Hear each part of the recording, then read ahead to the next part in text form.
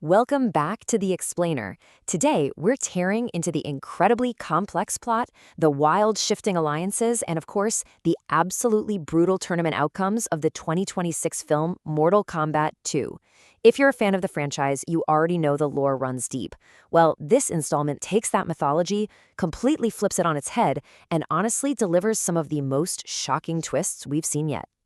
So here's our fight card for today. First, the setup for the 10th tournament, then the opening combat rounds, the rule-breaking twists, the final showdown, and finally, the aftermath and future threats. Let's get right to it. Setup for the 10th tournament, preparing for the ultimate battle. Okay, so to really grasp the motivations at play here, we've got to look backward for a second. The explainer kicks off with this crucial flashback showing exactly how Emperor Shao Kahn originally conquered the realm of Edenia. And look, this isn't just ancient history. It totally establishes his brutal dominance.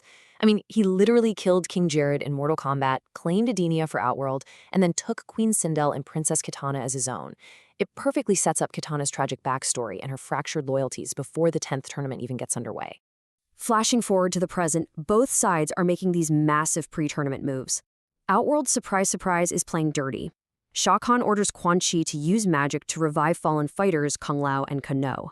But here's a genuinely funny detail. Quan Chi actually can't corrupt Kano because Kano is already entirely corrupt just by his own nature. Meanwhile, Earthrealm is totally desperate.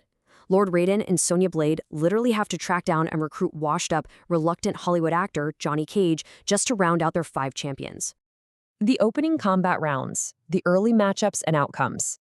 Man, round 1 starts off incredibly bloody. Sonya Blade faces off against a corrupted Sindel and actually manages to kill her. But what's really fascinating is the second matchup. The newly recruited Johnny Cage gets forcibly teleported to fight Kitana. Now, Kitana handily defeats Johnny, but then she completely defies Shao Kahn's direct orders and spares his life. This is the very first major crack in Outworld's armor, revealing that Kitana has actually been acting as a secret spy for Raiden this whole time. Naturally, Outworld isn't playing fair either. While the fights are raging on, Quan Chi recovers Shinnok's stolen amulet. Then, teaming up with Shang Tsung and the Revenant Kung Lao, they completely ambush Lord Raiden. They siphon almost all of the Thunder God's power to fuel this amulet, which they then bind directly to Shao Kahn. The result? Shao Kahn gets absolute immortality, leaving Raiden barely alive and completely incapacitated. And this newfound immortality just leads to a totally devastating second round. Liu Kang faces his revived friend Kung Lao, and despite desperately trying to redeem him, Liu Kang is forced to strike him down. We also see Jax defeat Kitana's bodyguard Jade, but he spares her to repay Kitana's mercy toward Johnny. But guys, the biggest shocker? Cole Young, the literal protagonist of the previous film, goes up against Shao Kahn. Cole mortally wounds the Emperor, but because of that amulet, Kahn instantly heals and just brutally kills Cole. Earthrealm's hopes? Completely shattered. Breaking the tournament rules, a desperate survival mission. So at this crucial point, Earthrealm's surviving champions realize there is zero chance they win by playing by the formal rules. Liu Kang, Jax, Sonya, and Johnny abandon the arena entirely and travel to the Tarkatans' home. This is where Johnny Cage really steps up. He defeats their leader, Baraka, in combat, regains his mojo, and surprisingly earns Baraka's trust.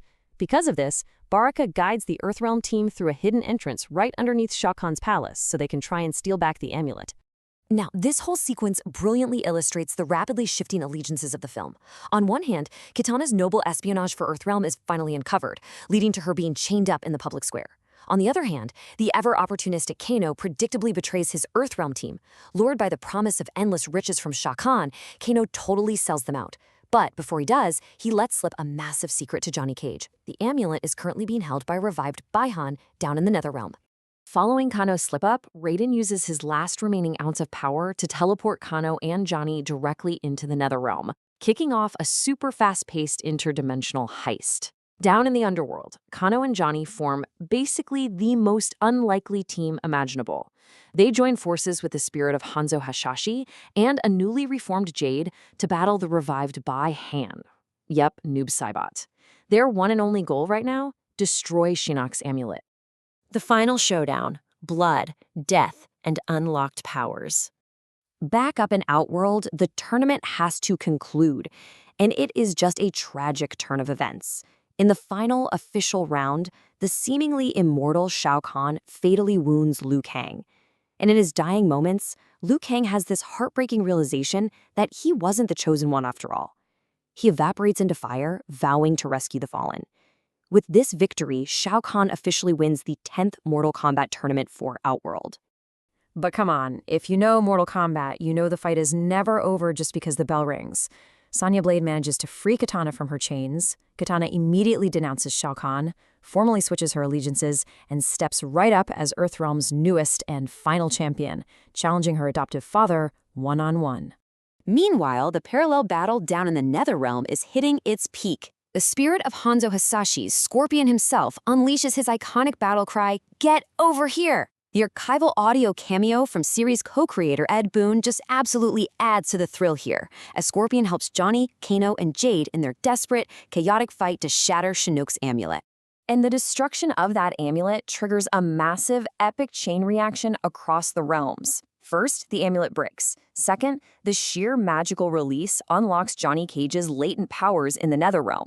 Third, back in Outworld, Shao Kahn is instantly stripped of his god-tier immortality. And finally, a now mortal Shao Kahn is unmasked and executed by Kitana, effectively freeing the realm of Edenia and allowing her to rightfully claim her throne as queen. Aftermath and future threats, setting the stage for the third film.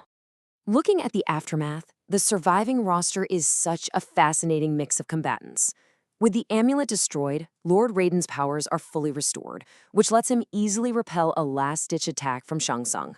So we're left with this victorious, albeit incredibly battered crew: Johnny Cage, Sonya Blade, Raiden, Queen Kitana, Jade, the ever-opportunistic Kano, and the Tarkatan leader, Baraka.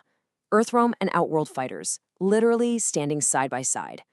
And that leads us to the massive hook for the already-in-developed third film. This surviving crew has actually managed to take the necromancer Quan Chi captive. They plan to use his magic to revive their dead allies. And if you remember the body count of this explainer, that includes heavy hitters like Jax, Kung Lao, Cole Young, and Liu Kang. So the ultimate question I've got to leave you with is this. With the power of resurrection literally in their hands, which fallen champion will they bring back first when the fighting inevitably resumes? Thanks for hanging out for this deep dive into Mortal Kombat 2, and I will catch you in the next explainer.